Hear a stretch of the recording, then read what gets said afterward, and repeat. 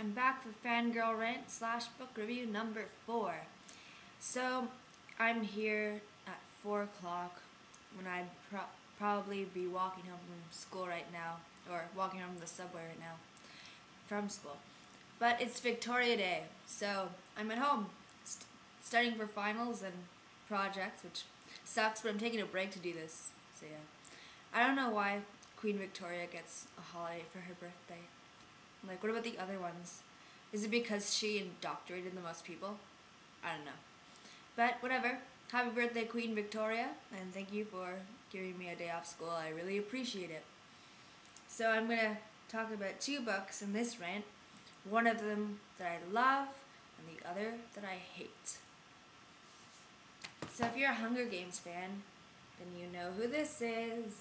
Yes, Jennifer Lawrence in full Katniss Everdeen attire. In the first picture since she dyed her hair and looks like Katniss. And I'm so excited for this movie now, especially after seeing this. And I bought it. I spent $6 in a magazine that I'll read once, but it was worth it. So yeah, I'm so excited for the movie now. I'm mostly happy with the casting. I don't like Josh Hutcherson, who's Peeta.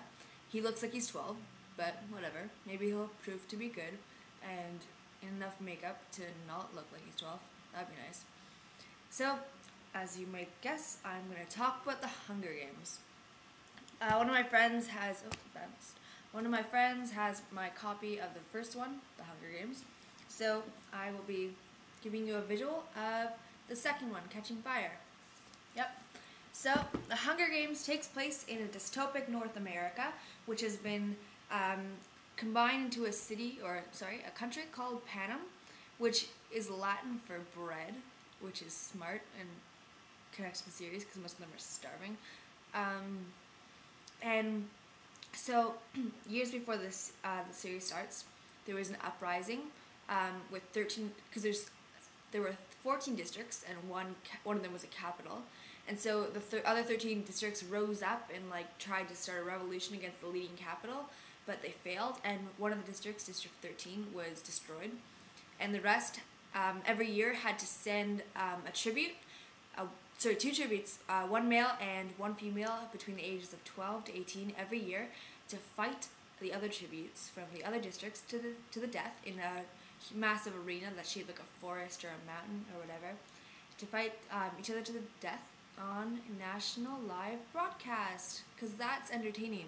I wonder how many Emmys they would have won, or Golden Globes, would that be considered like a reality show?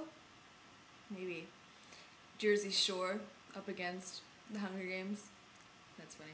Okay, so the main character is Katniss Everdeen, who basically is the breadwinner for her family because her father died in a mining accident and her mother sunk into this deep depression, so she's taking care of her 12-year-old sister, Prim. But Prim's name is drawn for the female reaped tribute, and Katniss volunteers to go in her place. So the rest of the Hunger Games first book is spent with Katniss preparing for the Hunger Games, as well as the other tribute, Peeta, and she kind of forms a strange friendship, which eventually turns into romance throughout the novel. And the rest of the book is her preparing for the games and then eventually participating in them. And what I really like about the book, and Suzanne Collins, who wrote it, her writing, is that she makes Katniss out to be not exactly a great person. So she's in the arena and she's killing innocent children who are only trying to survive, just like she is. But at the same time, you still root for her. So she's, stalking some 16-year-old girl, and you're just like, yay, Katniss, kill her, which is awful, but whatever. So Katniss I think she's a very strong character. And even though she pisses me off sometimes, I think with her brutal take no prisoners attitude, I like her, and I root for her as a reader. I think that she's a very interesting protagonist and very different than the ones that usually grace the presence of YA fiction, one of which I will talk about now when I discuss the House of Night series. But anyway, back to Hunger Games. So it's a trilogy. The Hunger Games, Catching Fire, and Mockingjay. I went to to a Mockingjay release party a midnight release party when it first came out, which was so much fun. Oh, and I actually went to one of Suzanne Collins' readings and signings, which is fun. She had a hurt wrist, so she could only stamp the books, but this is her stamped signature. Yay! So that was really fun. So that's, sorry, I keep knocking the laptop screen. So that's Hunger Games, which I love so much. And I was asked by Platinum Gal Reviews to talk about a book which I hate, which I will gladly do. So that book that I will talk about is the first in a series, although my hate extends to all the series of this, The House of Night, this is the first book marked, and it's written by PC Cast and Kristen Cast, a mother-daughter writing duo. So, yeah, that's already a bit precarious. So Zoe is the main character, and she is based off, the writers have even admitted this, she's based off Kristen. So that's great, an obvious author avatar. And it just shows so much. And I just like how they set Zoe up to be this really great character, but she's not. I'll get into that later. So The House of Night is a parallel world to ours where vampires exist, and it's common knowledge that they do. And so all the people who have really great skills, they're all vampires, because vampires are basically a whole species of Mary Sues. So like Shakespeare and all current actors and singers and stuff, most of them are vampires, because vampires are better than normal humans, obviously, and so much more talented. So that's where Zoe comes in.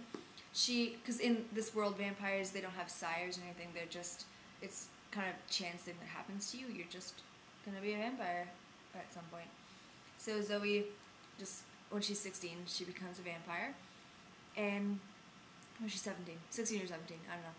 And so she has to go to this House of Night where fledgling vampires have to go to learn about how to be a good vampire. And all the characters are the biggest cliches ever. So Zoe's so sweet and nice, and while many of the other characters are running around swearing, talking like regular teenagers, saying like shit and fuck and stuff, and some of them are having sex, Zoe's like, bull poopy. What is that? What's bull poopy? I've never even heard a 10-year-old talk like that. What the hell? Honestly. So, yeah, then the other characters are like, oh, that's so sweet, she doesn't talk bad. They're trying to set her up to be this perfect girl, and she's not. So as I was saying, the rest of the characters are also huge cliches. So there's like the sweet kind of ditzy blonde. Then there's like the sweet nicest girl. Oh, let me hug you, blonde.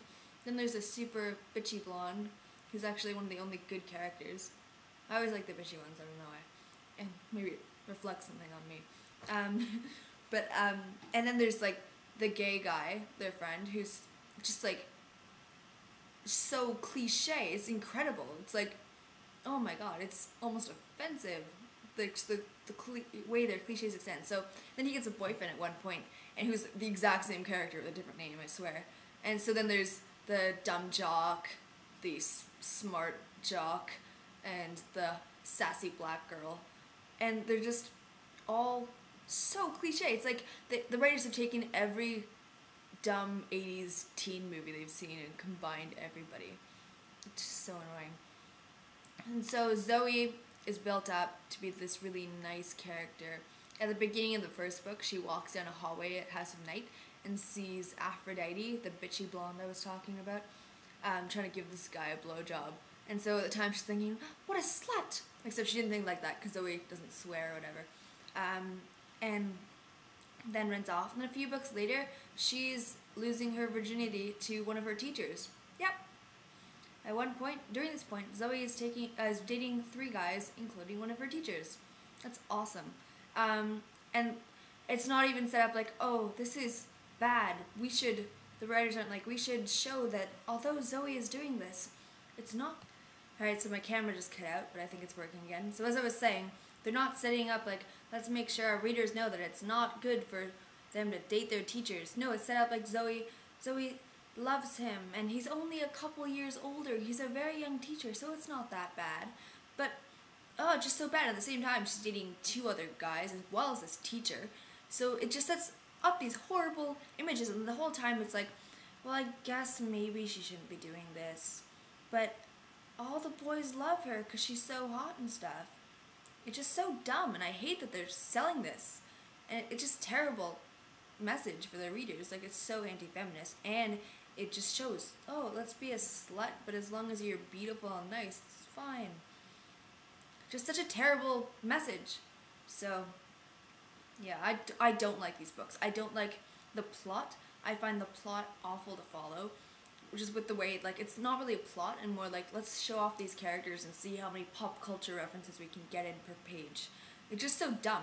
The one thing I did like was that not all fledglings can go through the change, so some reject it and end up bleeding through all their ears and eyes and noses and mouth and stuff until they bleed to death. And I do like that, which sounds totally morbid, but it was because I thought it was the only like dark and realistic point, that it not actually a perfect world. And even Zoe is like the biggest Mary Sue ever. Like, she beats, maybe not Bella Swan, but at least gets close. So their goddess, the vampire goddess Nyx, some vampires, because all vampires have a little crescent moon tattoo on their foreheads, and then when they become full vampires, it kind of extends to a certain extent. But Zoe, when she's marked, she gets the full adult vampire tattoo all over her face. And after the end of each book, she gets more tattoos and more tattoos because the goddess is blessing her. And some vampires get certain affinities when they become a vampire, like maybe, so one character can foresee when a large group of people is going to die. Or sometimes when one person can die, but mostly a large group of people. And others have like affinities for maybe one of the elements, but Zoe has affinity for all the elements, which is just so dumb. I hate that. Like, ugh. I know people with their books, they want to make it seem like, oh, this character's special, but can't they be flawed or hard to relate with? Because they're literally trying to give Zoe, like with her personality, to relate with every teenage girl who's reading this, and I hate when books do that. I don't want to relate with my character. I don't even necessarily have to like the main character. I just want to be able to enjoy a book.